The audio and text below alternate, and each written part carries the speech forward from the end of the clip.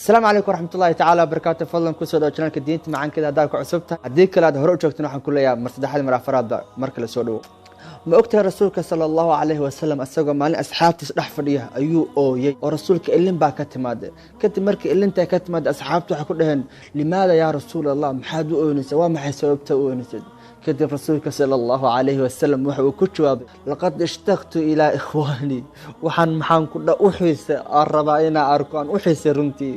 maxaan ku dhahaa walaalahayga kadib asxaabtu way yaabeen waxay ku dhaheen yaa rasuulallah miyaan anaka walaalahaaga ahayn kadib rasuulka sallallahu alayhi wa sallam wuxuu yiri maya idinku waxa tiin asxaabteeda baa tihiin laakiin walaalahay waa dadka gadaashiina iimaan doono oo irmeen doono aniga inaan rasuulka ilaaha ahay iyagoona maxaan ku dhahay arag subhanallah wa aniga adiga maxay rasuulka sallallahu alayhi wa sallam waligee maana arag laakiin waxaan aaminsanahay ashhadu anna muhammadan abduhu wa rasuluhu no muhammad sallallahu alayhi wa sallam inuu yahay rasuulka ilaahay marka rasuulku wuxuu yiri dadka gadaashiina iimaan doono idinku waad aragteen laakiin iyagoo sani arag ay maxaan ku dhahay rumeyn doona dadkaas waxay dadka walaalahayga waana u xiisay rasuulkana ilin baa wajiisa ka soo daadatay jecel aan adin noo qab maadaama uu san arki karin hadan rasuulku wuxuu leeyahay waxaan u xiisay walaalahayga markaas rasuulka sallallahu alayhi wasallam ilinta iska celin waayay